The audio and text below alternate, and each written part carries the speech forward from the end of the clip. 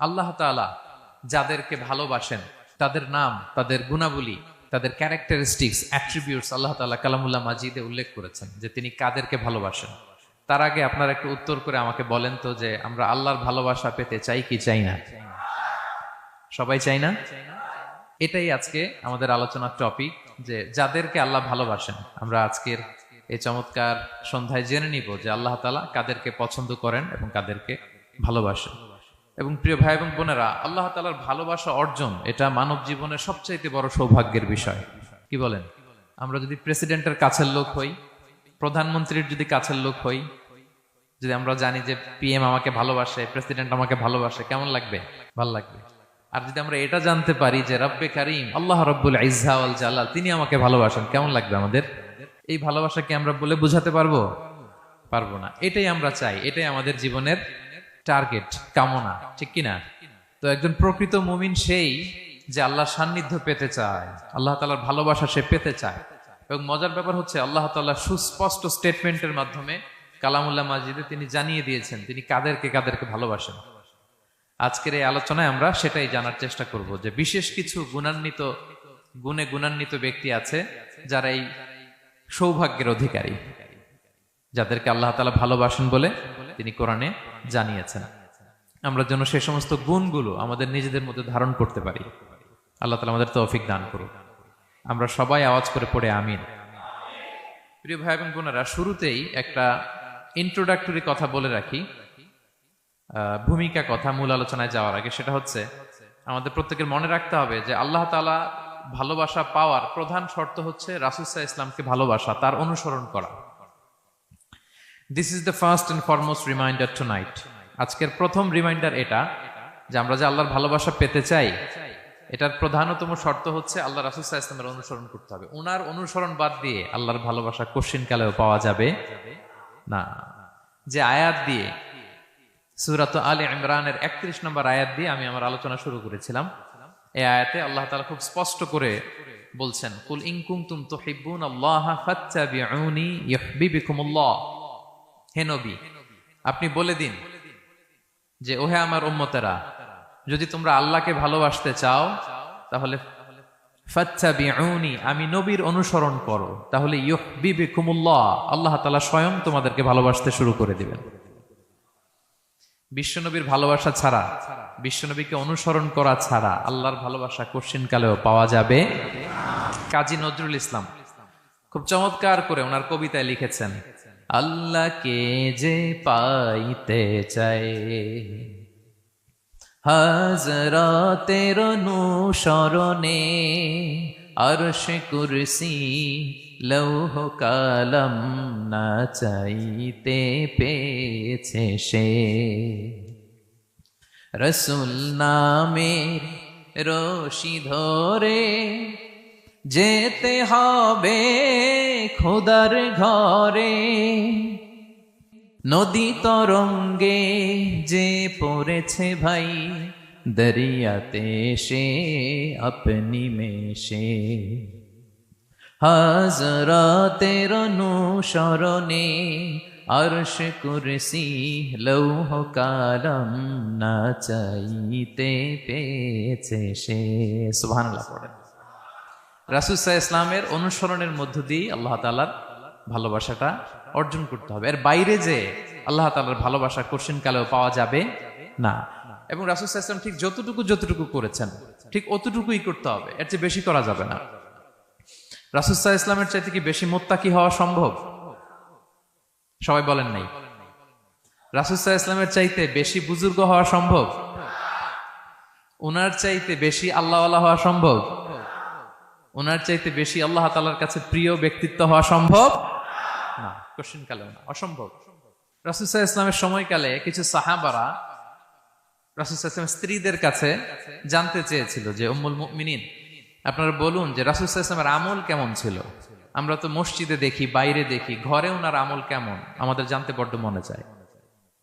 তো রাসূল সাল্লাল্লাহু আলাইহি ওয়াসাল্লামের স্ত্রীরা বললেন যে উনি এমন এমন আমল করেন, এইভাবে নফল রোজা রাখেন, শেষ রাতে তাহাজ্জুদ পড়েন, এইভাবে তাসবিহ পড়েন, কোরআন তেলাওয়াত করেন, জিকির করেন। তো হাদিসে এসেছে যে কাআন্নাহুম তাকাল্লুহা, তাদের কাছে এটা কেমন যেন কম মনে হইল।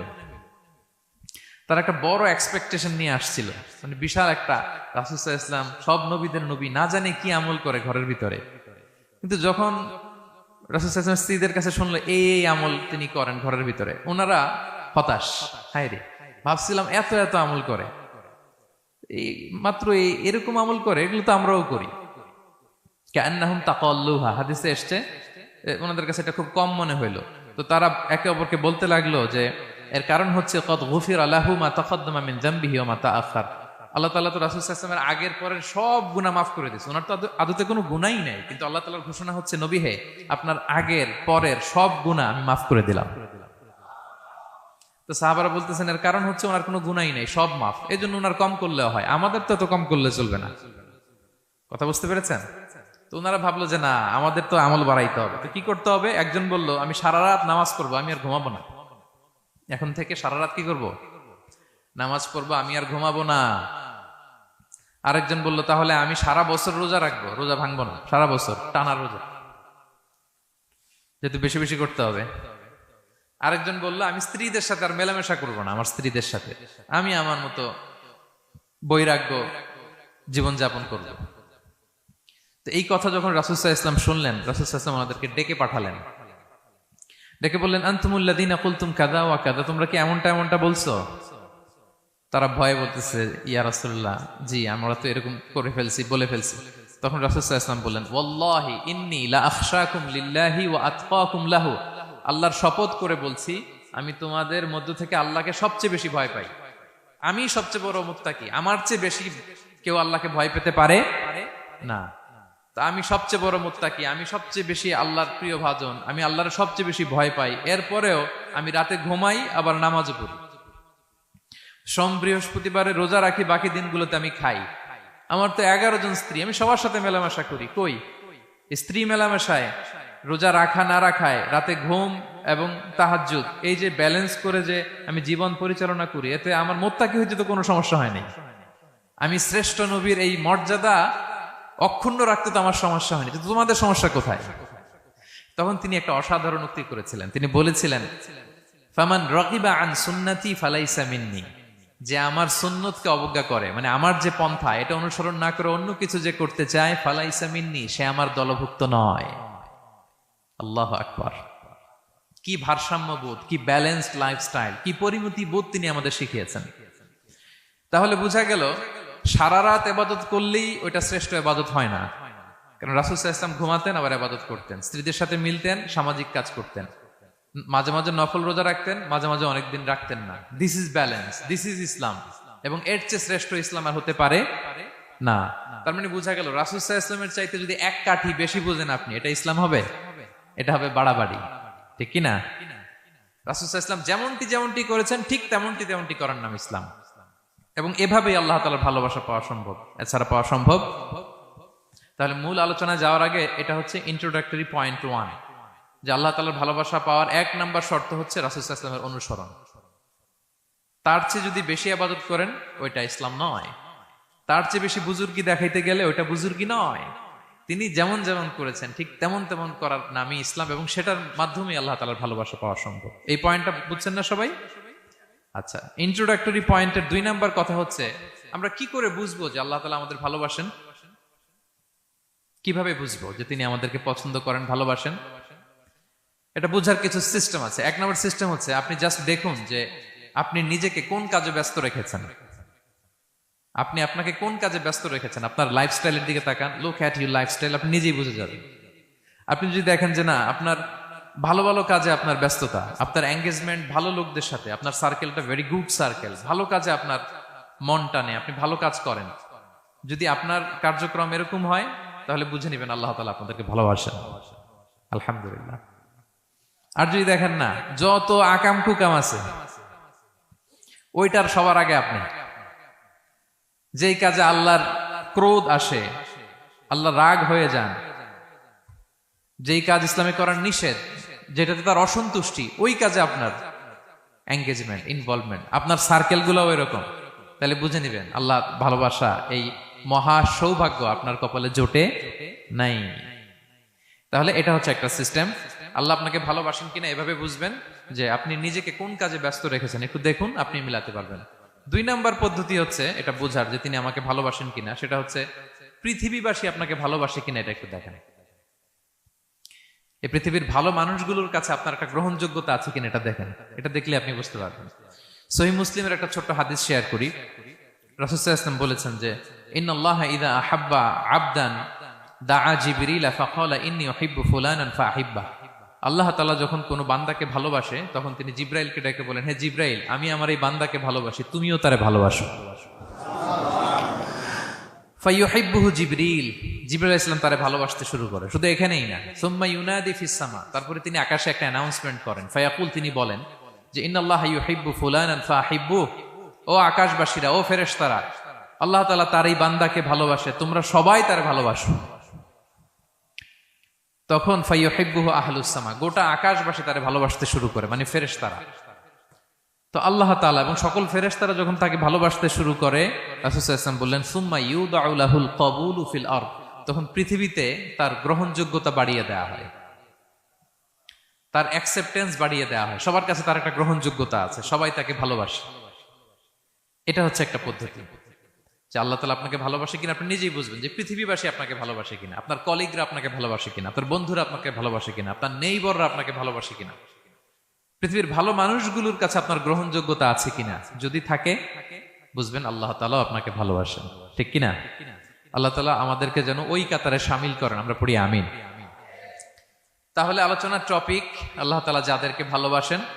শুরুতে আমরা জানলাম ভালোবাসার পদ্ধতি হচ্ছে, প্রক্রিয়া হচ্ছে একটাই, রাসূল সাল্লাল্লাহু আলাইহি ওয়াসাল্লামের পুঙ্খানু অনুসরণ, তার চেয়ে বেশিও না কমও না, হুবহু অনুসরণ, ঠিক কিনা? দুই নম্বরে জানলাম কি করে বুঝবো, নিজের দিকে তাকান, আপনি কি করেন, what's your activity, what's your engagement, নিজেই বুঝবেন। আর দেখেন যে আশেপাশের মানুষ আপনার ব্যাপারে কি বলে। পৃথিবীবাসী যদি আপনারে পছন্দ করে, তার মানে আল্লাহ তাআলাও আপনারে পছন্দ করে। সবাই বুঝতে পেরেছেন? আচ্ছা, এবার সরাসরি কোরআনে চলে যাই, মূল টপিক বিশ্লেষণে।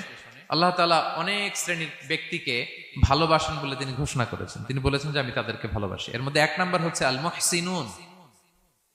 একটু আমার সাথে সাথে বলেন, আল মুহসিনুন। মুহসিনুন মানে হচ্ছে যে ইহসান করে, মানে অন্যের প্রতি অনুগ্রহ দেখায়, অনুগ্রহশীল, অন্যের প্রতি দয়াশীল, অনুগ্রহশীল। এই সমস্ত বান্দাদের আল্লাহ ভালোবাসেন। আল্লাহ বলেন ওয়া আনফিকু ফি সাবিলিল্লাহি ওয়া লা তুলকু বিআইদিকুম ইলা তাহলুকা ওয়া আহসিনু ইন্নাল্লাহা ইউহিব্বুল মুহসিনিন। তিনি বলেন যে তোমরা আল্লাহর রাস্তায় দান করো আর নিজেরা নিজেদেরকে ধ্বংসের মুখে ঠেলে দিও না, আর তোমরা ইহসান করো অন্যের প্রতি, কারণ ইন্নাল্লাহা ইউহিব্বুল মুহসিনিন, আল্লাহ তাআলা মুহসিনিনদের ভালোবাসেন, মানে যারা অন্যের প্রতি অনুগ্রহ দেখায়, অন্যের প্রতি দয়া পরবশ, তাদেরকে আল্লাহ ভালোবাসেন। সুবহানাল্লাহি ওয়া বিহামদিহি। তাহলে পেয়ে গেলাম, মিলায় নেন যে অন্যের প্রতি সফট কর্নার, অন্যের প্রতি দয়া, অনুকম্পা, হেল্পিং হ্যান্ড, হেল্প করার মানসিকতা, অন্যের দুঃখে কাদা, এই মাইন্ডসেট, এই মেন্টালিটি আমাদের আছে কিনা একটু মিলিয়ে নেন। না থাকলে রিমাইন্ডার হিসেবে নেন যে আমরাও যেন মুহসিনুনদের কাতারে শামিল হতে পারি। ইহসান এটা অনেক বড় তবকার একটা আমল। ইবাদতেও ইহসান লাগবে, ইবাদতের বাইরে সামাজিক কর্মকাণ্ড, রাষ্ট্রীয় কর্মকাণ্ড, সব কাজে আল্লাহ তাআলা এই ইহসানকে আবশ্যক করেছেন। অনুগ্রহ, অন্যদের প্রতি অনুগ্রহশীল হওয়া। ইবাদতে ইহসানটা কেমন? সাইয়েদনা জিবরাইল আলাইহিস সালাম রাসূল সাল্লাল্লাহু আলাইহি ওয়াসাল্লামকে জিজ্ঞেস করেছিলেন যে ইয়া রাসূলুল্লাহ ফাখবিরনি আনিল ইহসান, ইহসান আবার কি, আমাকে একটু বলেন। তো ইবাদতে ইহসানটা কেমন? রাসূল সাল্লাল্লাহু আলাইহি ওয়াসাল্লাম বললেন যে ইহসান হচ্ছে আন তা'বুদাল্লাহা কাআন্নাকা তারাহু ফাইন লাম তাকুন তারাহু ফাইন্নাহু ইয়ারাক। তুমি এমন ভাবে ইবাদত করবে, তুমি ভাববে যে তুমি আল্লাহকে দেখছো, তুমি আল্লাহকে দেখে দেখে ইবাদত করতেছো, এরকম ভাবো না একটু। আর এটা ভাবতে যদি কষ্ট হয়, অন্তত এতটুকু তো ভাবো যে আল্লাহ তোমায় দেখছেন। এতটুকু ভাবা যাবে না? আমরা যখন নামাজ পড়ি, আমাদের প্রত্যেকটা সালাতের মুহূর্তে আমাদের এটা ভাবতে হবে যে আল্লাহ তাআলা কিন্তু আমাকে দেখছেন। এই যে আমি ফিস ফিস করে সুবহানা রাব্বিয়াল আলা পড়ি, সুবহানা রাব্বিয়াল আযীম পড়ি, আমি তাসবিহ পড়ি, আমার রুকু সেজদা সবকিছু আমার আল্লাহ দেখছেন। এই সেন্স, এই অনুভূতি যদি আপনার মধ্যে থাকে, এটাই হচ্ছে ইবাদতের ইহসান। আর ইবাদত ছাড়া আমাদের দৈনন্দিন কাজ, পারিবারিক কাজ, সামাজিক কাজ, এই সমস্ত কাজেও কিন্তু আল্লাহ তাআলা ইহসানকে আবশ্যক করেছেন। প্রিয় ভাই এবং বোনেরা, অন্যের প্রতি অনুগ্রহ করাটাকে তিনি কি করেছেন? আবশ্যক করেছেন। একটা ছোট্ট হাদিস শুনি। হাদিসে রাসূল সাল্লাল্লাহু আলাইহি ওয়াসাল্লাম ইরশাদ করছেন যে ইন্নাল্লাহা তাবারাকা ওয়া তাআলা কাতাবাল ইহসানা আলা কুল্লি শাই। আল্লাহ তাআলা সবকিছুর উপর ইহসানকে আবশ্যক করেছেন, সবকিছুর উপর। মুমিনের সব কাজে ইহসান থাকতে হবে, অন্যের প্রতি অনুগ্রহের পরশ থাকতে হবে। এবার মজার একটা পার্ট আসছে হাদিসে, খেয়াল করে শুনি। রাসূল সাল্লাল্লাহু আলাইহি ওয়াসাল্লাম বলেন, ফাইদা কাতালতুম ফাআহসিনুল কিতলা। আল্লাহ তাআলা সব জায়গায় ইহসানকে আবশ্যক করেছেন, এমন কি ফাইদা কাতালতুম, যখন তোমরা কতল করবে কাউকে, ফাআহসিনুল কিতলা, ইহসানের সাথে কতল করো। সুবহানাল্লাহ বললেন না? প্রসঙ্গটা কি? হত্যার প্রসঙ্গটা। রাষ্ট্রীয় কাজে হয়তো ডেথ পেনাল্টি, তার মৃত্যুদণ্ড দিতে হবে। রাসূল সাল্লাল্লাহু আলাইহি ওয়াসাল্লাম বলেন, ফাইদা কাতালতুম ফাআহসিনুল কিতলা, মৃত্যুদণ্ড দিবা কিন্তু ইহসানের সাথে দিও।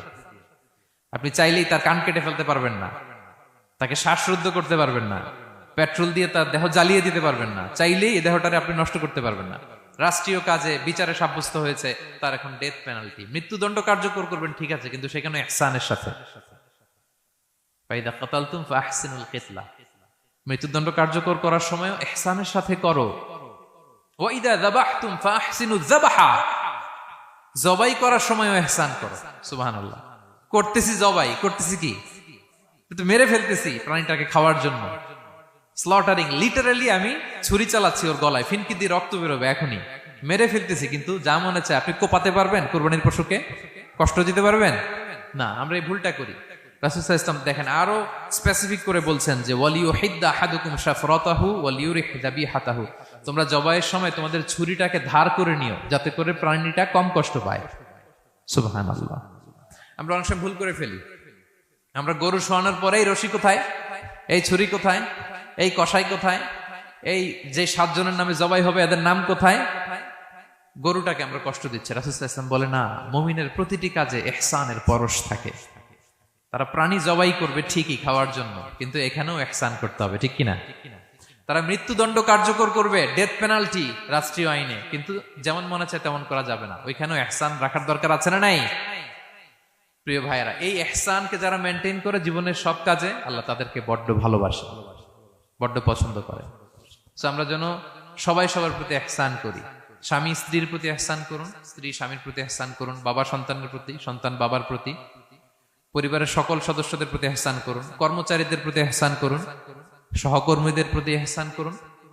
মুমিন জীবনের প্রতিটি কাজে ইহসানের পরশ থাকবে, কারণ ইন্নাল্লাহা ইউহিব্বুল মুহসিনিন, আল্লাহ তাআলা মুহসিনদের, যারা অন্যদের প্রতি অনুগ্রহ দেখায় তাদেরকে বড্ড ভালোবাসেন। এই পয়েন্টটা কি বুঝতে পেরেছেন সবাই? ক্লিয়ার? 2 নম্বরে চলে যায়, আর কাদেরকে আল্লাহ ভালোবাসেন। 2 নম্বরে হচ্ছে আত-তাওয়াবুন, যারা ভুল করেই তওবা করে সাথে সাথে, আল্লাহ তাদেরকে বড্ড ভালোবাসেন। সুবহানাল্লাহ। আল্লাহ তাআলা বলছেন ইন্নাল্লাহা ইউহিব্বুত তাওয়াবিন ওয়া ইউহিব্বুল মুতাতাহহিরিন, আল্লাহ তওবাকারীদেরকে যেমনি ভালোবাসেন, পবিত্রতা অর্জনকারীদেরও ভালোবাসেন। ওটা আমি পরে আসতেছি, এখন তওবাতেই থাকি। তাহলে 2 নম্বরে হচ্ছে ইন্নাল্লাহা ইউহিব্বুত তাওয়াবিন, 2 নম্বরে হচ্ছে কাদেরকে ভালোবাসেন? তওবাকারীদেরকে তিনি বড্ড ভালোবাসেন। দেখেন রাসূল সাল্লাল্লাহু আলাইহি ওয়াসাল্লাম কি বলে, তিনি বলেন ওয়াল্লাহি ইন্নী লা আস্তাগফিরুল্লাহ ওয়া আতুবু ইলাইহি ফিল ইয়াউমি আকসারা মিন 70 মাররা, আল্লাহর শপথ আমি বিশ্বনবী প্রতিদিন 70 বারেরও বেশি তওবা পড়ি। যার আগেও কোনো গুনাহ নাই, পরেও কোনো গুনাহ, উনি তওবা করে কয়বার? 70 বার। আমাদের তো কোনো গুনাহ টুনা নাই, তাই না? হ্যাঁ, আমাদেরও গুনাহ আছে নাকি? বস্তা ভরা। তো বিশ্বনবী যদি 70 বার তওবা করেন ডেইলি বেসিস, আমাদের করা দরকার কয়বার? যার যার কাছে ছেড়ে দিলাম, বলেন। 70,000 বার করা দরকার, ঠিক কিনা? প্রিয় ভাইরা, তাওবা কি? তাওবা মানে ফিরে আসা আল্লাহর কাছে। ভুল করেছি, অনুতপ্ত হয়ে আল্লাহর কাছে ফিরে আসবো, এটার নাম তাওবা। To return back to your Lord, আল্লাহর কাছে ফিরে আসবেন। এই ফিরে আসাটাকে আল্লাহ খুব পছন্দ করেন। এখানেই শয়তান আর আমাদের মধ্যে পার্থক্য। শয়তান ভুল করে করছি তো করছে, ওইটার মধ্যেই সে অটল অবিচল, ক্ষমা আর চাইনি। কিন্তু আমরা সকালে ভুল করে দুপুরে মাফ চাই, দুপুরে করে রাতে মাফ চাই, আজকে ভুল করে কালকে মাফ চাই, ঠিক কিনা? এই মাফ চাওয়াটাকে, ফিরে আসাটাকে, তার গুনাহগার বান্দা অনুতপ্ত হয়ে, রিয়েলাইজেশন হয়ে, বুঝতে পেরে ফিরে আসাটাকে তিনি বড্ড পছন্দ করেন, বড্ড পছন্দ করেন। এজন্য ভুল আমাদের হবে প্রিয় ভাইরা। আল ইনসান মিনান নিসিয়ান, আমাদের নামটাই এসেছে ভুল থেকে, আমরা ভুলে যাই, ভুল হয়ে যায় আমাদের। কিন্তু ক্ষমার রাস্তা, তওবার রাস্তা খোলা আছে না নাই? এটা হচ্ছে আমাদের জন্য আশা, হোপ। আমরা হোপফুল, সবসময় আশাবাদী। যত ভুল হোক, যত ভুল আপনি করেন, এটা খেয়াল রাখবেন, ভুল আপনি যতই করেন না কেন, তার রহমতের দরিয়া তার চাইতেও বড়, তার ক্ষমার মহাসাগর তার চাইতেও বিস্তৃত, যত ভুল আপনি করেন না কেন। এজন্য আল্লাহ তাআলা বলেন, ইয়া আইয়ুহাল্লাযীনা আমানু তুবু ইলাল্লাহি তাওবাতান নাসুহা, ওহে বিশ্বাসীরা একনিষ্ঠভাবে তওবা করো, ফিরে আসো আমার দিকে। তাফিররু ইলাল্লাহ 24/7। পৃথিবীর কোনো দরজা 24 ঘন্টা খোলা থাকে না। রাত 3টার দিকে যদি আপনি উঠে জায়নামাজটা বিছিয়ে যে ভুলটা করছেন ওটা স্মরণ করে চোখের পানি ছেড়ে মাফ চান, ক্ষমা করবেন না তিনি? হ্যাঁ, ক্ষমা দেওয়ার জন্য তিনি বসে আছেন। সেজন্য ভুল হইলে আমরা পড়বো আস্তাগফিরুল্লাহ। কি পড়বো? পড়েন, আস্তাগফিরুল্লাহ রাব্বি মিন কুল্লি যামবি ওয়া আতুবু ইলাইহি। পড়েন, আস্তাগফিরুল্লাহাল্লাযী লা ইলাহা ইল্লা হুয়াল হাইয়ুল কাইয়্যুম ওয়া আতুবু ইলাইহি।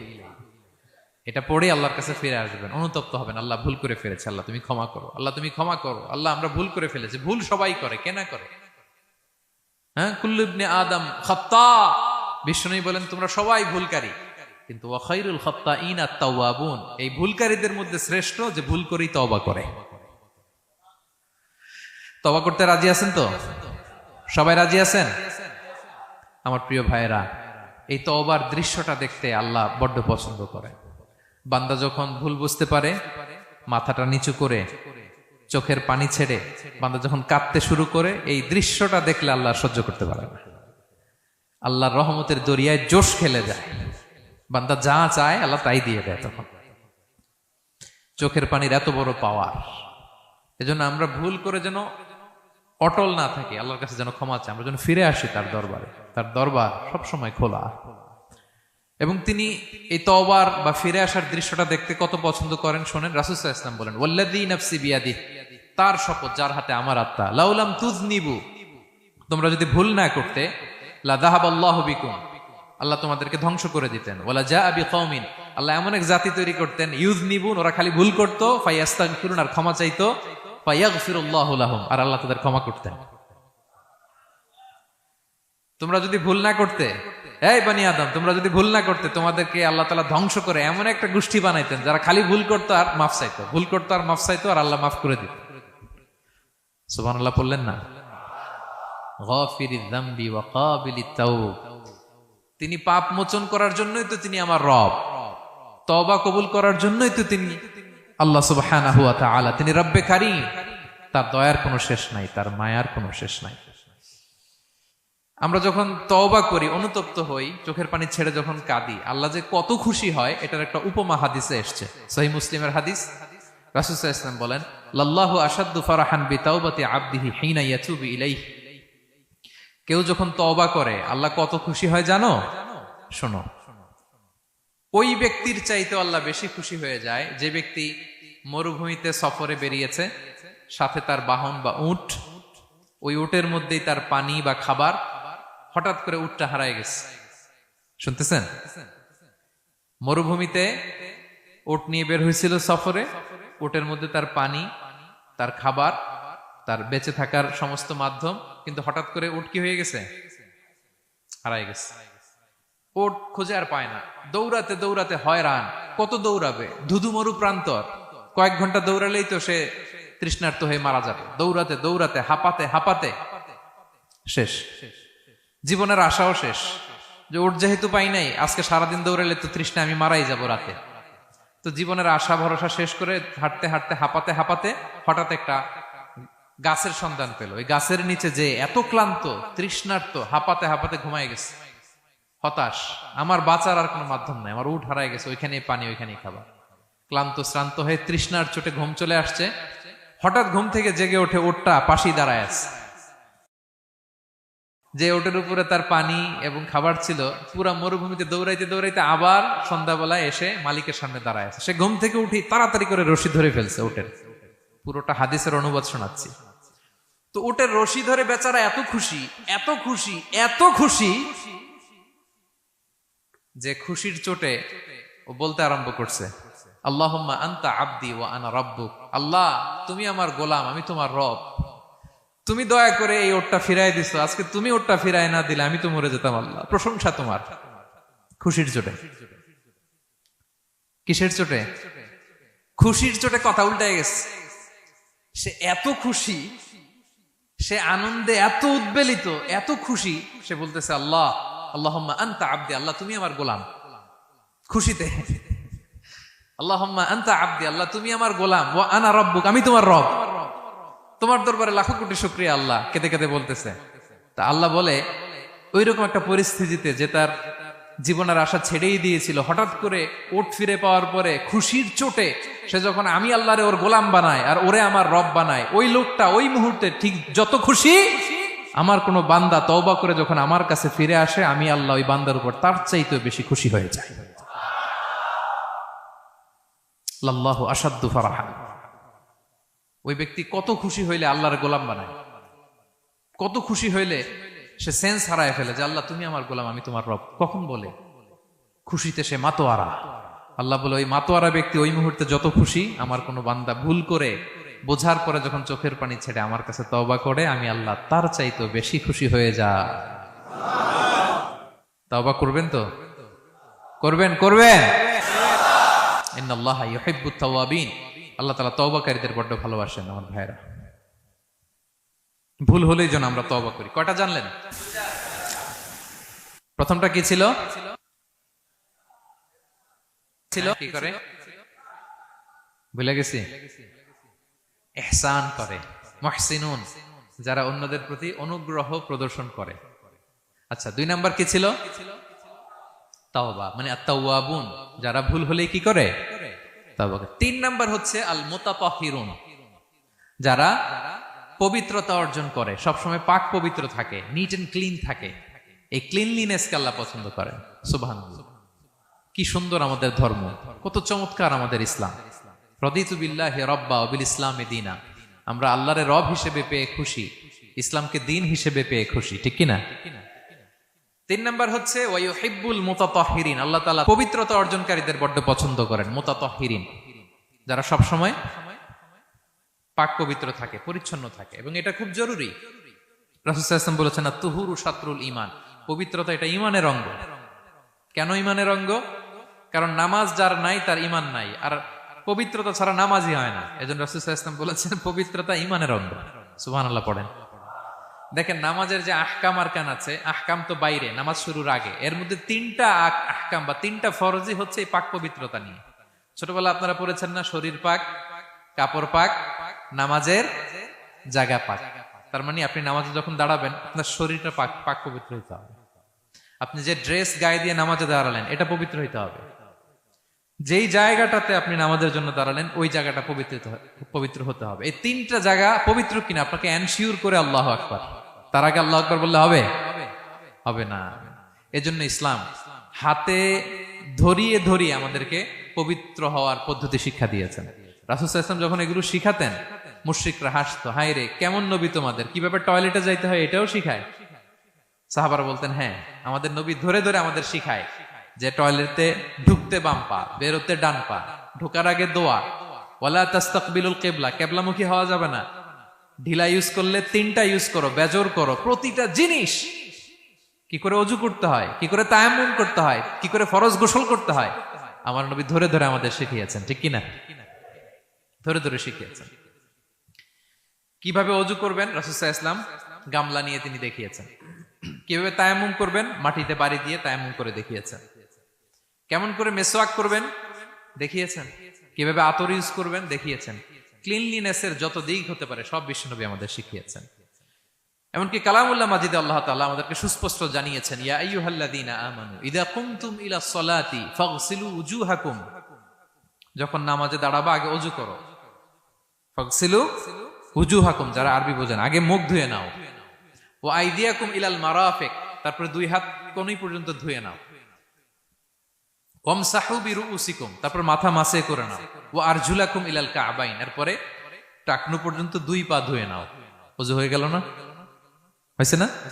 এভাবে ধরে ধরে আমাদেরকে শেখানো হয়েছে। যদি গোসল ফরজ হয়, ওয়া ইন কুনতুম জুনুবান ফাত্তাহহারু, গোসল ফরজ হলে গোসল করে নাও। এখন অজু গোসলের জন্য পানি নাই, তো অজু আর গোসলের জন্য যদি পানি না থাকে, ফালাম তাজিদু মাআন ফাতায়াম্মামু সাঈদান তাইয়্যিবা, পবিত্র মাটি দিয়ে তায়াম্মুম করো। দেখেন, অজুও শিখাইলো কোরআন, তায়াম্মুমও শিখাইলো কোরআন। পাক পবিত্র হওয়ার, ক্লিনলিনেসের যত আয়োজন আছে সব আল্লাহর কোরআনে আছে না নাই?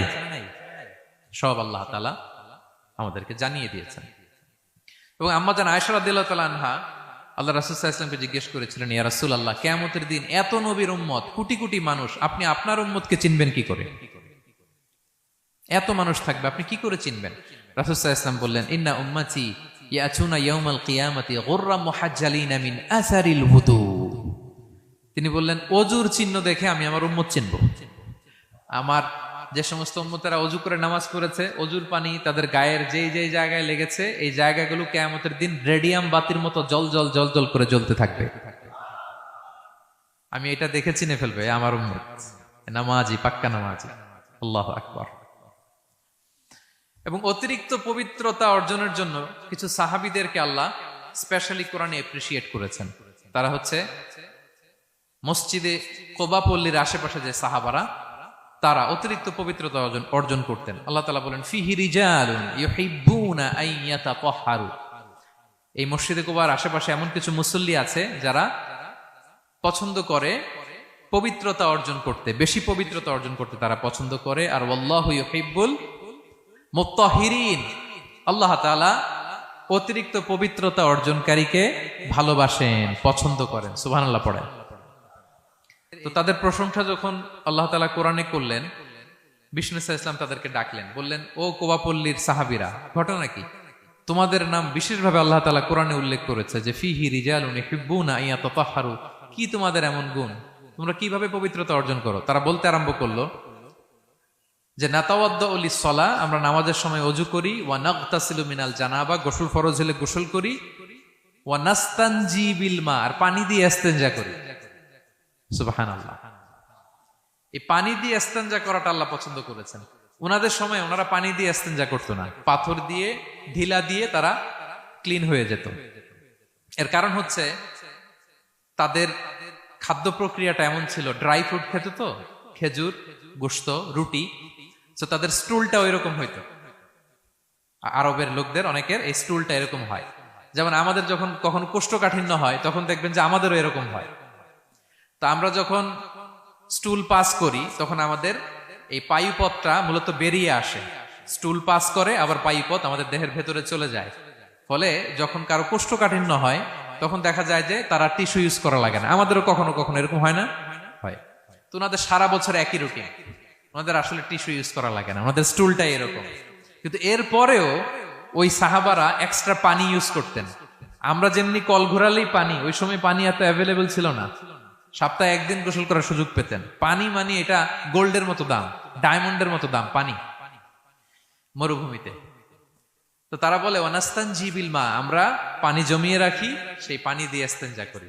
রাসূল সাল্লাল্লাহু আলাইহি ওয়াসাল্লাম বললেন, ক্বালা ফাহুয়া যাক ফাআলাইকুমু, তাহলে এটাই সেই কারণ, এটাই সেই কারণ, এজন্যই আল্লাহ তাআলা স্পেশালি কোরআনের ভেতরে তোমাদের নাম তুলে দিয়েছেন। পড়ুন সুবহানাল্লাহ। তা আমরা যেন এই পবিত্রতাকে গুরুত্ব দেই প্রিয় ভাইয়েরা, কারণ আল্লাহ তাআলা তিনি বলছেন, ইন্নাল্লাহা ইউহিব্বুত তাওয়াবিন, তিনি তাওবাকারীদের যেমনি ভালোবাসেন, ওয়া ইউহিব্বুল মুতাতাহহিরিন, তিনি পবিত্রতা অর্জনকারীদেরকে ভালোবাসেন। আমরা যেন ওযু করার সময় খুব ভালোভাবে করি। রাসূল সাল্লাল্লাহু আলাইহি ওয়াসাল্লাম যখন বললেন অজুর পানি যেখানে লাগে ওটা জল জল করে জ্বলবে, তো আবু হুরায়রা রাদিয়াল্লাহু তাআলা আনহু হাত তো ধুইতে হয় কোনি পর্যন্ত, উনি এতটুকু ধুইতেন। উনি বলতেন যে কিয়ামতের দিন আমার হাত এতটুকু পর্যন্ত জল জল করবে। কি মাইন্ডসেট ওনাদের, সুবহানাল্লাহ বিহামদিহি। সো আমরা যেন এই ক্লিনলিনেসের সর্বোচ্চ নাজরানা পেশ করি, সর্বোচ্চটা যেন আমরা সবসময় মেসওয়াক করা, পারফিউম ইউজ করা, অজু গোসল যেন আমরা করি। ফলে আমরা মুতাতাহহিরিন, পবিত্রদের অন্তর্ভুক্ত হতে পারবো। আর আল্লাহ তাআলা পবিত্রদের বড্ড ভালোবাসেন। বুঝতে পেরেছেন?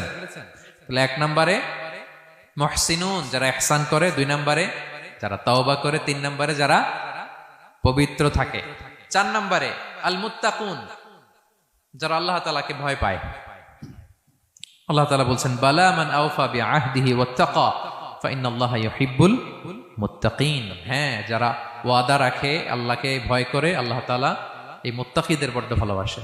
মুত্তাকি অর্থাৎ আল্লাহ সচেতনতা, আল্লাহ ভীরুতা যাদের ভেতরে আছে, যে কোনো পরিস্থিতিতে তারা ভাবে যে আল্লাহ তাআলা আমাকে দেখছেন, এই সেন্স, এই অনুভূতি যার মধ্যে আছে সে মুত্তাকি। তা আমরা মানুষের সামনে যেভাবে যেরকম সৎ থাকি, আমরা যদি মানুষের চক্ষুর আড়ালেও সৎ থাকি তাহলে আমরা মুত্তাকি। বুঝতে পেরেছেন? মুত্তাকির তাকওয়ার অনেক সংজ্ঞা আছে, অনেক সংজ্ঞা। সবচেয়ে সহজ সংজ্ঞা হচ্ছে মানুষের সামনে আমরা যতটা ভালো, আমার প্রাইভেট লাইফেও যদি আমি ততটা ভালো হই তাহলে আমি মুত্তাকি। একটু যোগ বিয়োগ দিয়ে নেন নিজের সাথে নিজে,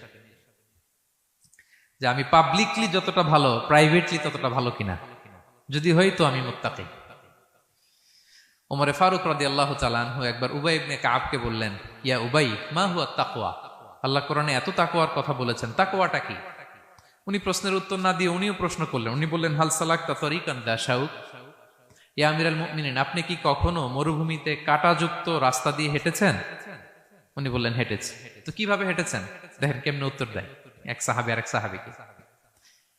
যেখানে যে রাস্তায় কাঁটা আছে, ক্যাকটাস আছে, গুলমলতা, কিভাবে হেঁটেছেন? তিনি বললেন, ইজতাহাদতু ওয়া তাশাম্মারতু, আমি আমার জুব্বা পাগড়ি খুব আঁটোসাঁটো করে কাপড়টা উপরের দিকে টেনে এমন সাবধানে হেঁটেছি যাতে ক্যাকটাসের কাঁটা আমার গায়ে না লাগে। এই পথটা পাড়ি দিতে খুব সাবধানে, খুব প্রিকশন নিয়ে, এক্সট্রা কশন নিয়ে আমি পার হয়েছি। উবাই ইবনে কাব বললেন, হাদা হুয়া তাকওয়া, এটাই তো তাকওয়া। এই তো বুঝে গেছেন আপনি। আপনি একটু আগে প্রশ্ন করছেন তাকওয়া কি, এটাই তাকওয়া। বলে, তাই নাকি? তিনি বললেন, হ্যাঁ। তো তিনি বললেন, দুনিয়ার চলতি পথে ডানে বায়ে এরকম অনেক পাপের হাতছানি আপনাকে স্পর্শ করতে চাইবে। ওই যে কাঁটাযুক্ত রাস্তা দিয়ে আপনি যেভাবে সাবধানে, কাঁটা যাতে গায়ে না লাগে, খুবই প্রিকশন নিয়ে হেঁটেছেন, এই দুনিয়ার পুরো জার্নিটা যদি এইভাবে চালাতে পারেন তাইলেই আপনি মুত্তাকি। সুবহানাল্লাহি ওয়া বিহামদিহি। আল্লাহ তাআলা বলেন, যাদের মধ্যে এই তাকওয়ার সেন্স আছে আমি তাদেরকে ভালোবাসি। তাকওয়া হচ্ছে কেউ না দেখলেও আল্লাহ দেখেন, এই অনুভূতি। সবার চোখ ফাঁকি দেয়া গেলেও একজনের চোখ ফাঁকি দেয়া যায় না। তিনি কে? এই অনুভূতির নাম হচ্ছে তাকওয়া। আল্লাহ বলেন, ইন্না আকরামাকুম ইনদাল্লাহি আতকাকুম, তোমাদের মধ্যে সবচাইতে আল্লাহর কাছে সম্মানিত ব্যক্তি যার মধ্যে আল্লাহর ভয় বেশি। নাকি আল্লাহ বলছে তোমাদের মধ্যে যে সবচেয়ে বড় বিলিয়নিয়ার সে আল্লাহর কাছে সম্মানিত, দেখতে বেশি সুন্দর সে সম্মানিত, যার জনবল আছে, অর্থবল আছে, লোকবল আছে না। তাকওয়া, তাকওয়া হচ্ছে ক্রাইটেরিয়া। যার তাকওয়া বেশি সে আমার কাছে সম্মানিত। এবং আল্লাহ তাআলা বলেন, ওয়া মাইয়াত্তাকিল্লাহা ইয়াজআল লাহু মাখরাজা ওয়া ইয়ারযুকহু মিন হাইসু লা ইয়াহতাসিব, যে আল্লাহকে সবসময় ভয় পাবে, যে মুত্তাকি, সে কোথাও জীবনে আটকাবে না, কোথাও আটকাবে না। জীবনে কোনো বিপদ আসলে একটা ওয়ে আউট, একটা এক্সিট। মালয়েশিয়াতে তো বলে কেলুয়ার। মালয়েশিয়া কি বলে? এই জীবনে কোথাও আটকাবেন না, আটকাইলেই একটা কেলুয়ার পেয়ে যাবেন। কেলুয়ারের ব্যবস্থা করে দিবে কে? ব্যবস্থা করে দিবেন। আর এমন জায়গা থেকে তিনি রিজিকের বন্দোবস্ত করবেন আপনি কল্পনাও করেন নাই। সুবহানাল্লাহি বিহামদিহি। তাহলে 4 নম্বরে মুত্তাকুন, যারা আল্লাহকে ভয় করে আল্লাহ তাদেরকে ভালোবাসেন। আমরা যেন মুত্তাকিদের কাতারে শামিল হতে পারি। আল্লাহ তুমি তৌফিক দাও। প্রিয় ভাইরা আমার, 5 নম্বরে হচ্ছে আল মুতাওয়াক্কিলুন, যারা আল্লাহর উপর তাওয়াক্কুল করে। আল্লাহ বলে, ফাইদা আযামতা ফাতাওয়াক্কাল আলাল্লাহ ইন্নাল্লাহা ইউহিব্বুল মুতাওয়াক্কিলিন। কোন বিষয়ে যখন দৃঢ় সংকল্প নিয়েছো তো আল্লাহর উপর ভরসা করো, কারণ আল্লাহ ওই সমস্ত লোকদের ভালোবাসা যারা আমার উপর তাওয়াক্কুল করে, মানে ভরসা করে। তাওয়াক্কুল মানে একজনের উপর ভরসা। তিনি কে? আমরা ভরসা কার উপর করব? পৃথিবীর কোন শক্তির উপর, কোন মানুষের উপর, কোন মিডিয়ার উপর, কোন ক্ষমতার উপর? আমাদের ভরসা এক মহান সত্তার প্রতি। তিনি কে? সবসময় আমরা আল্লাহর উপর ভরসা রাখি এবং প্রতিটি মুহূর্তে যেন আমরা আল্লাহর উপর তাওয়াক্কুল করি। রাসূল সাল্লাল্লাহু আলাইহি ওয়াসাল্লাম এটা আমাদের শিখিয়েছেন। এমনকি ঘর থেকে বেরোলেও যেন আমরা আল্লাহর উপর তাওয়াক্কুল করি, বিশ্বনবী শিখিয়েছেন। তিনি ঘর থেকে বেরোলেই পড়তেন, বিসমিল্লাহি তাওয়াক্কালতু আলাল্লাহ লা হাওলা ওয়ালা কুওয়াতা ইল্লা বিল্লাহ। পড়েন আপনারা?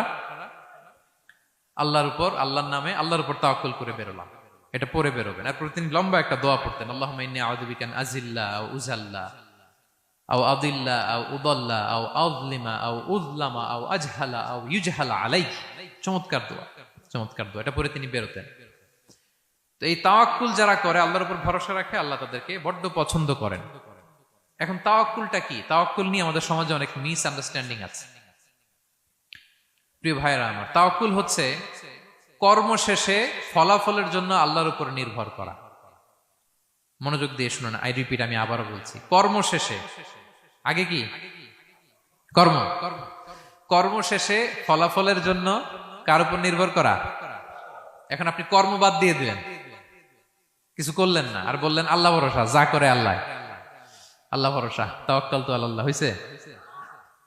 এটা আপনার মন গড়া কথা হয়েছে, এটা তাওয়াক্কুল হয়নি। ইসলামী তাওয়াক্কুল হচ্ছে আপনি আপনার সাধ্যের সবটুকু করবেন, করার পরে ফলাফল কি আসবে, ফলাফল কি আমার হাতে, কার হাতে?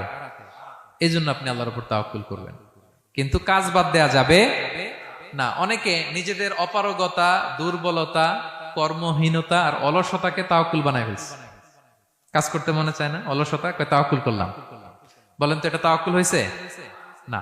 এই অপারগতা, অলসতার নাম তাওয়াক্কুল নয়। তাওয়াক্কুল মানে হচ্ছে কোনো কাজের পরিকল্পনা করা, এরপরে পরিকল্পনা বাস্তবায়নের উপায় খুঁজে বের করা এবং নানা কিছুর সহযোগিতা নিয়ে সেটা বাস্তবায়নের প্রাণান্তকর চেষ্টা করা, সব করা, আপনার রোল প্লে করা। আপনার রোল প্লে করা শেষ, এরপর কর্ম শেষে ফলাফলের জন্য আপনি আল্লাহর উপর তাওয়াক্কুল করবেন।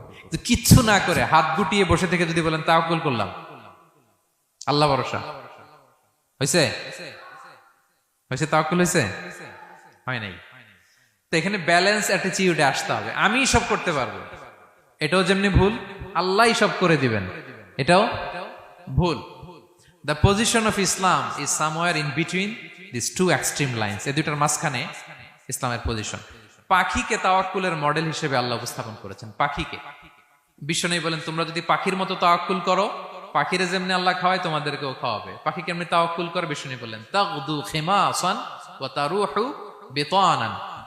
পাখিগুলো প্রতিদিন সকালবেলা কিচির মিচির রবে তার বাসা থেকে বের হয়ে জঙ্গলে ছড়িয়ে পড়ে, সারাদিন খুঁজতে খুঁজতে, ঘুরতে ঘুরতে, উঠতে উঠতে আল্লাহ তাআলা বিকেল বেলা আবার প্রতিটি পাখির ওদর পূর্তি করে তার ঘরে ফিরিয়ে নিয়ে আসে।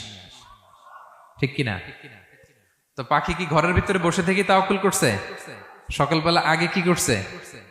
বের হয়ে গেছে। তো আগে আপনার রোলটা আপনার প্লে করতে হবে, তারপরে আপনি আল্লাহর উপর তাওয়াক্কুল করবেন। অনেকে নিজেদের অপারগতা, অলসতাকে তাওয়াক্কুল বানিয়েছে। না, অপারগতা, অলসতা, কর্মহীনতা, এগুলো থেকে রাসূল সাল্লাল্লাহু আলাইহি ওয়াসাল্লাম আল্লাহর কাছে পানাহ চেয়েছেন। এগুলোর সাথে ইসলামের কোনো সম্পর্ক নাই। তার মানে হাত গুটিয়ে বসে থেকে আল্লাহ ভরসা বলবেন, কি করবেন? হ্যাঁ, সর্বোচ্চ চেষ্টা চালিয়ে যেতে হবে। এরপরে ফলাফলের জন্য আমরা কার উপর ভরসা করব? কারণ ইন্নাল্লাহা ইউহিব্বুল মুতাওয়াক্কিলিন, আল্লাহ তাআলা তাওয়াক্কুলকারীদেরকেও ভালোবাসেন। আলহামদুলিল্লাহ বলেন। তাহলে কয়টা গেল? কয়টা?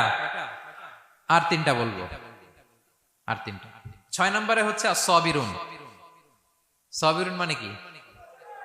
হ্যাঁ, ধৈর্যশীল। একটু বুঝে ফেলছে? as-সাবিরুন সবর শব্দ থেকে এসেছে। as-সাবিরুন মানে ধৈর্যশীল, যারা আল্লাহর উপর ধৈর্য, বিপদে আপদে আল্লাহর দেয়া বিপদে যারা ধৈর্য ধারণ করে, ওই ধৈর্যশীল ব্যক্তিদেরকে আল্লাহ তাআলা পছন্দ করেন। আল্লাহ তাআলা বলেন, ওয়া কাআইয়্যিম মিন নাবিয়্যিন ক্বাতালা মাআহু রিব্বিয়ুনা কাসীর ফামা ওয়াহানু লিমা আসাবাহুম ফি সাবিলিল্লাহ ওয়া মা দুউফু ওয়া মাস্তাকানু আল্লাহু ইউহিব্বুস সাবিরিন।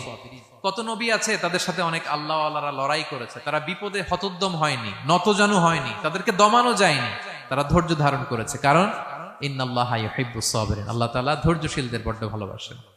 ধৈর্যশীল, ধৈর্য ধারণ করতে হবে। ধৈর্য ধারণ এটা সবার পক্ষে সম্ভব হয় না।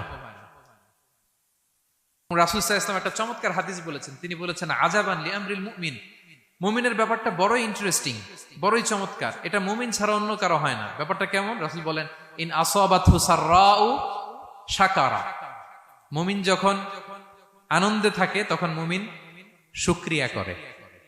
শুকরিয়া করলে সওয়াব আছে না নাই? কারণ শুকরিয়া একটা ইবাদত। আর ওয়া ইন আসাবাতহু দাররাউ, মুমিন যখন বিপদে পড়ে, দুঃখে থাকে, সাবারা, তখন সে ধৈর্য ধারণ করে। ধৈর্য ধারণ করলে সওয়াব আছে না নাই? তো সওয়াব ছাড়া আমাদের আর কিছু আছে? আমি জীবনে হয় সুখী নয় দুঃখী, কি বলেন? আমাদের জীবনের চলতি পথে হয় কখনো আমরা সুখী নয়, সুখের সময় কি করি? শুকর করি। শুকর করলে সওয়াব আছে না নাই? আর দুঃখের সময় কি করি? সবর করি। সবর করলে সওয়াব আছে না নাই? তাহলে হয় শুকর, নয় সবর। এই দুইটা ইবাদত মুমিন জীবনে সর্বদা চলমান। কেমন একটা উইন উইন সিচুয়েশন। সুবহানাল্লাহ পড়বেন না? একটা উইন উইন সিচুয়েশন। এজন্য প্রিয় ভাইরা, মাথা গরম করবেন না, কখনোই অস্থির হবেন না, আতঙ্কিত হবেন না, ধৈর্য ধারণ করুন। কারণ ধৈর্য এমন একটা গাছ, চারি গায়ে কাটা, কিন্তু ফলটা বড় মিষ্টি। এজন্য আল্লাহ তাআলা বলেন ইন্নাল্লাহা ইউহিব্বুস সাবিরিন। আল্লাহ তাআলা ধৈর্যশীল বান্দাদেরকে পছন্দ করেন। কয়টা গেল? 6টা। 7 নম্বরে আল মুকসিতুন। মুকসিতুন মানে হচ্ছে ন্যায়পরায়ণ, যে ইনসাফের সাথে ফায়সালা করে, যে পার্সিয়ালিটি করে না, হ্যাঁ, 2 নাম্বারই করে না।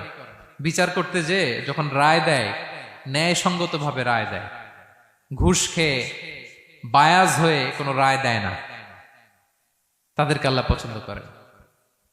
কিন্তু আমাদের বিচার ব্যবস্থার দিকে তাকান, গোটা বিশ্বব্যাপী আছে না নাই? ছোট্ট একটা বিচারেও দেখবেন যে ছোট্ট সালিশ বসছে, এর কাছ থেকে টাকা খেয়ে ওর পক্ষে রায় দিয়ে দেয়, এরকম আছে না নাই?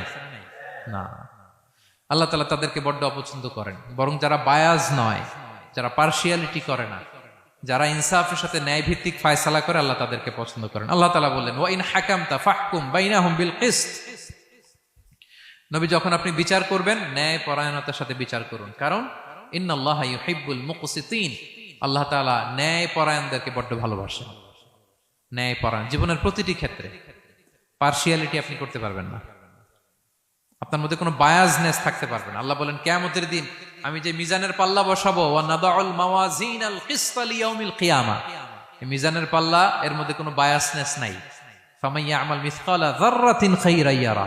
অনুপরিমাণ ভালো এটাও ওজন হবে, অনুপরিমাণ খারাপ এটাও ওজন হবে। ফালা তুযলামু নাফসুন শাইআ। সেদিন কারো প্রতি বিন্দু পরিমাণ জুলুম করা হবে না। ন্যায় বিচারের মানদণ্ড তিনি সেদিন কায়েম করবেন। আর দুনিয়াতে যারা ন্যায় বিচার করে, ন্যায় ভিত্তিক ফায়সালা করে, তাদেরকে আল্লাহ ভালোবাসেন। সুবহানাল্লাহ পড়েন। রাসূল সাল্লাল্লাহু আলাইহি ওয়াসাল্লাম কতটা ন্যায়পরায়ণ ছিলেন শুনেন। 8ম হিজরিতে তিনি যখন মক্কা বিজয় করলেন, মক্কার লোকেরা তার হাতে বায়াত হলো, তিনি অল্প কিছুদিন এখানে 20 দিনের মতো ছিলেন মক্কায়। তো ইন দ্য মিন টাইম মক্কার কুরাইশ গোত্রের একটা শাখা, এটার নাম হচ্ছে বনু মখজুমিয়া। বনু মখজুমিয়া গোত্রের একটা নারী চুরিতে ধরা পড়ল। তো চুরি করলে ইসলামের বিধান কি? আস-সারিকু ওয়াস-সারিকাতু ফাকতাউ আইদিয়াহুমা, হাত কেটে দাও। এখন সাহাবারা বলতে লাগলো, হায় রে, এই নতুন মাত্র কুরাইশরা কালিমা পড়ে মুসলমান হইল, রাসূল সাল্লাল্লাহু আলাইহি ওয়াসাল্লাম যদি এখনই এই মহিলার হাত কেটে দেয়, তাহলে এখানে তো একটা ঝামেলা হবে। কিন্তু আমরা তো কেউ বলারও সাহস রাখি না। কে যে বলবে নবীর কাছে যে নবী, এই আজকের জন্য, এবারের জন্য এই মহিলারা মাফ করে দেন, হাত কেটে দিয়েন না। কেউ সাহস করতে পারে না। পরে রাসূল সাল্লাল্লাহু আলাইহি ওয়াসাল্লামের পালক পুত্রের ছেলে উসামা বিন যায়েদ হিব্বু রাসূলিল্লাহ, উনাকে রাসূল সাল্লাল্লাহু আলাইহি ওয়াসাল্লাম বড্ড ভালোবাসতেন। সবাই বলে উসামারে যে বল, সে তো নাতির মতো। যায়েদ হচ্ছে পালক পুত্র, পালক পুত্রের ছেলে তো নাতি, হাসান হোসেনের মতো আদর করতেন। তো তাকে যে বলো। সবাই বললো উসামা আমরা কেউ পারবো না, তুমি যে বলো। তো উসামা ছোট মানুষ যে বলতেছে, ইয়া রাসূলুল্লাহ, সবাই বলতেছে এবারের জন্য একটু মাফ করে দেয়া যায় না, এই মহিলাটারে একটু মাফ করে দেয়া যায় না। রাসূল সাল্লাল্লাহু আলাইহি ওয়াসাল্লাম রেগে গেলেন। তিনি বললেন, তোমাদের আগে বনি ইসরাইলের এই স্বভাব ছিল, ধনীরা চুরি করলে মাফ করত, গরিবরা চুরি করলে বিচার কার্যকর করত। শুনে রাখো কুরাইশের লোকেরা, শুনে রাখো মক্কাবাসী, লাউ আন্না ফাতিমাতা বিনতি মুহাম্মাদিন সারাকাত লাকাতাআ মুহাম্মাদুন ইয়াদাহা।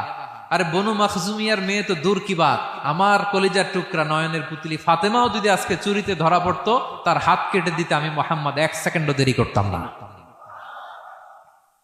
আমার মেয়ে ফাতেমা যদি চুরিতে দোষী সাব্যস্ত হতো, তার হাত কাটতে আমি সময় নিতাম না। This is Islam, this is ইনসাফ, দিস ইজ জাস্টিস।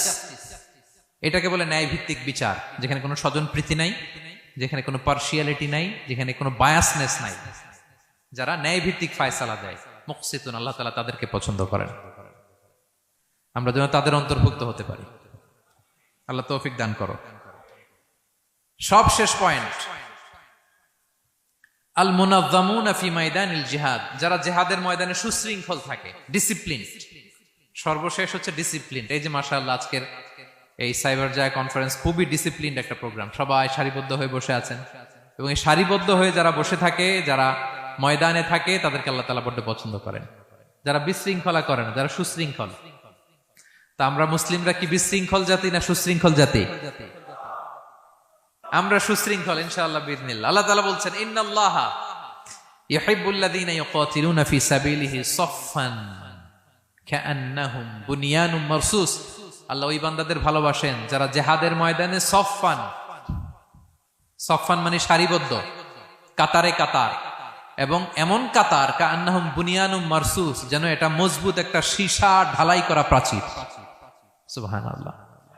সাহাবারা নামাজের কাতারে পায়ের সাথে পা লাগিয়ে দাঁড়াতেন, কাদের সাথে কাঁধ লাগিয়ে দাঁড়াতেন। পিছন থেকে বিশ্বনবীর অ্যাটাক করতে গেল 10 মিনিট লাগবে। সব সাহাবাদেরকে আক্রমণ করে বিশ্বনবী পর্যন্ত পৌঁছাতে তাদের অনেক সময় লেগে যাবে, এমন সীসা ঢালা প্রাচীরের মতো তারা পেছনে দাঁড়াতেন। সুবহানাল্লাহ। তো যারা জিহাদের ময়দানে সুশৃঙ্খল ভাবে দাঁড়ায়, ডিসিপ্লিনড ম্যানারে, ওয়েল অ্যারেঞ্জড ম্যানারে, ওয়েল অর্ডার্ড ম্যানারে, আল্লাহ তাআলা তাদেরকে বড্ড পছন্দ করেন। আর যারা বিশৃঙ্খলা করে তাদেরকে আল্লাহ পছন্দ করেন না। এবং আপনি দেখেন বিষ্ণু ইসা ইসলামের যুদ্ধগুলোর মধ্যে 5 ভাগে তিনি ভাগ করতেন যুদ্ধকে।